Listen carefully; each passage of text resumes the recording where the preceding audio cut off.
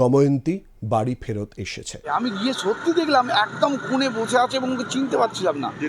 জেডিতে We are very happy that she has been recovered.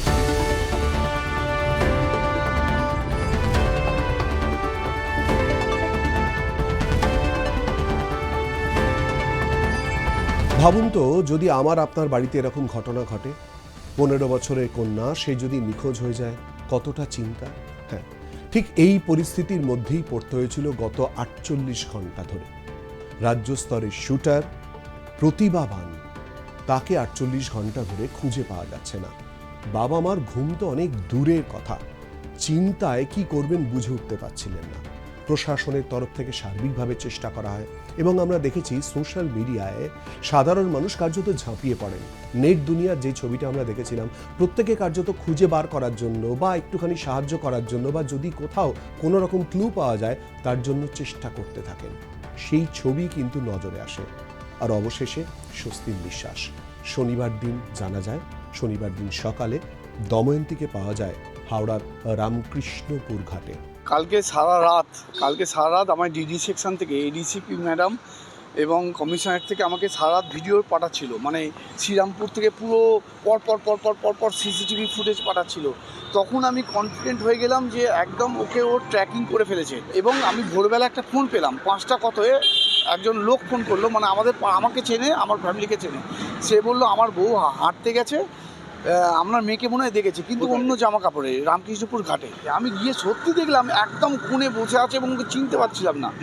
জেডিতে তুই এখানে কি করছিস, তুই কেন গেলি? ওগুলো তুই বাড়ি নিয়ে চলো আমায়।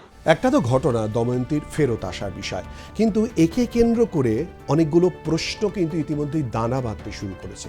3টি প্রশ্ন এই মুহূর্তে আপনাদের সামনে তুলে ধরব। 1, দময়ন্তী কোথায় চলে গিয়েছিল?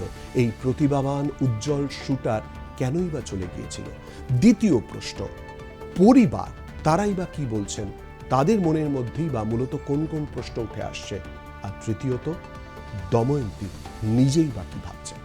গত 16 তারিখ অর্থাৎ বৃহস্পতিবার রাত 8টায় মৌমিতা রায় সেন, দময়ন্তীর মা, ফেসবুকে এই পোস্টটি করেন, যেখানে তিনি লেখেন যে হাওড়া স্টেশনের 4 এবং 5 নম্বর প্ল্যাটফর্মে শেষবারের মতো দময়ন্তীকে দেখা গিয়েছিল। তারপর আর তার কোনো খোঁজ নেই।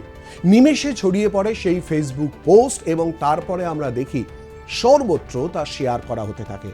কোথায় দময়ন্তী? খোঁজ ওঠে, প্রশ্ন ওঠে এবং তারই সঙ্গে একটা পজিটিভ বার্তাও কিন্তু এর সঙ্গে জড়িয়ে রয়েছে। সাধারণ মানুষ তারা উৎকণ্ঠায় এই প্রতিভাবান শুটার, তার জন্য কিন্তু সকলে চেষ্টা করতে থাকেন। সবার পক্ষে তো সবকিছু করা সম্ভবপর নয়, অন্তত যদি একটু সাহায্য করে দেয়। নেট দুনিয়ায় কিন্তু রীতিমতো আলোড়ন পড়ে গিয়েছিল এই খবর সামনে আসার পর, আমরাও তুলে ধরেছিলাম। আর তারপর আজ স্বস্তি, বাড়ি ফেরত এলো দময়ন্তী।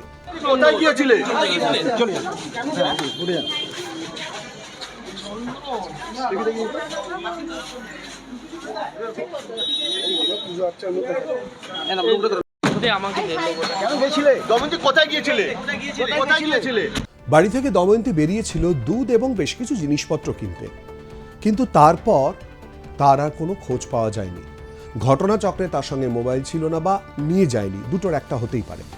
ফলত তাকে ট্র্যাক করা বা বোঝা, যোগাযোগ করা এটা সম্ভবপর হচ্ছিল না।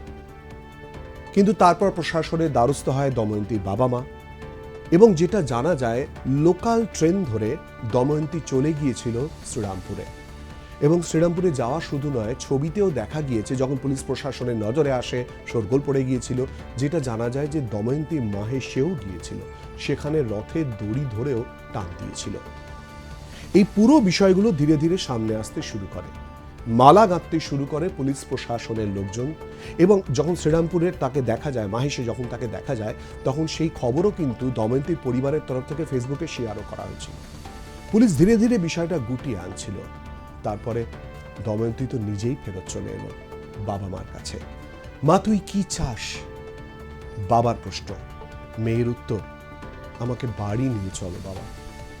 এটাই ছিল পরিস্থিতি। শনিবার সকালে রামকৃষ্ণপুর ঘাটে মেয়ে বসে রয়েছে, বাবার আদরের মেয়ে। এটা যখন তিনি জানতে পারলেন, দৌড়ে চলে গেলেন এবং জানতে পারলেন প্রাতঃভ্রমণকারীর কাছ থেকে, এবং তারপর একে অপরকে জড়িয়ে ধরা এবং জানার চেষ্টা করা কি হয়েছে। ওর কিছু ইস্যুস ছিল বাড়িতে প্যারেন্টসের সাথে, ও স্টাডিজ আর স্পোর্টস নিয়ে। এর বেশি আমরা বলতে চাই না, ওর জন্য বেরিয়ে গেছিলো। আমরা we are very happy that she has been recovered, আর ও ফিরে এসছে, সশরীরে ফিরে এসছে। স্কুল অ্যাটেন্ডেন্স বলুন, পড়াশোনার সাথে খেলা, কারণ 8-9 ঘন্টা প্র্যাকটিস করে। এবার ও ওখান থেকে ভেবে ফেলেছে হয়তো আমি সেইভাবে 100% দিতে পারছি না, কিন্তু খেলা, ফ্যাশন ডিজাইনিং এগুলো হচ্ছে ওর খুব প্রিয় জিনিস। কোনোভাবে আমার মনে হচ্ছে যে ও হয়তো ব্যালেন্স করতে পারিনি, বা ওর স্ট্রেস নেয়নি, বা দুদিন ফ্রি হতে গেছে, ফ্রিটা আমাকে বলতে পারিনি। কিন্তু এখনও যেভাবে হেসে খেলে কথা বলছে, স্যারের সাথে অলিম্পিয়ান জয়দীপ কর্মকার স্যারের সাথে কথা বললেন, এবং অ্যাসোসিয়েশনের স্যারের সাথে কথা বললেন, যেভাবে উনি কথা বললেন আমি তো ভাবতেই পারছি না যে ও চলে গেছিলো। ও বলছে আমি এখন খেলতে চাই, বাবা আমাকে কীভাবে খেলাও। বিভিন্ন মহলে ইতিমধ্যে এই ঘটনায় কিন্তু প্রশ্ন উঠতে শুরু করেছে। প্রশ্নের কারণ হচ্ছে, কোথাও কি কোনো চাপ কাজ করছিল দময়ন্তীর মধ্যে? কোথাও কি লেখাপড়া এবং তারই সঙ্গে যে প্যাশন, যে কারণে এগিয়ে যাচ্ছিল, অর্থাৎ শুটার হিসেবে, সেই জায়গায় কোথাও কি কোনো চাপ ছিল? মানসিক কোনো একটা দ্বিধাদ্বন্দ্বের জায়গা তৈরি হয়েছিল? মাত্র 15 বছরের একটি মেয়ে, তার ক্ষেত্রে এমন কি পরিস্থিতি তৈরি হয়েছিল যার জীবনের সামনের দিকটা এখনো খোলা রয়েছে, যার ভবিষ্যৎ উজ্জ্বল, এবং সে রাজ্য স্তরে, খুব গুরুত্বপূর্ণ, রাজ্য স্তরের প্রতিভাবান খেলোয়াড়। সুতরাং তার ক্ষেত্রে এমন কি দ্বিধাদ্বন্দ্ব, এমন কি মানসিক যন্ত্রণার পরিস্থিতি তৈরি হলো? আচ্ছা, পরিবারের তরফ থেকে আদৌ কি কোনো চাপ ছিল? বাবা মা তো একেবারে পাগলের মতো দৌড়েছেন কি হয়েছে না হয়েছে বোঝার জন্য। নেটিজেনদের যে তৎপরতা আমরা দেখেছি সোশ্যাল মিডিয়ায় ছড়িয়ে পড়েছে, সেখান থেকে আরও বেশি পরিমাণ মা নিজে প্রথম সোশ্যাল মিডিয়ায় পোস্ট করেন। তাহলে বোঝাই যাচ্ছে উৎকণ্ঠার জায়গাটা কোথায়। কোথাও কি উচ্চাসার জায়গা তৈরি হয়েছিল? আবার কি ঘুরে ফিরে সেই পুরনো জায়গা, আরও কিছু প্রত্যাশার চাপ? কেন জানি না, খোঁজার চেষ্টা অবশ্যই করব, কিন্তু যাতে এরম ঘটনা না ঘটে সে আশা তো আমাদের সকলেরই থাকবে, তাই নয় কি?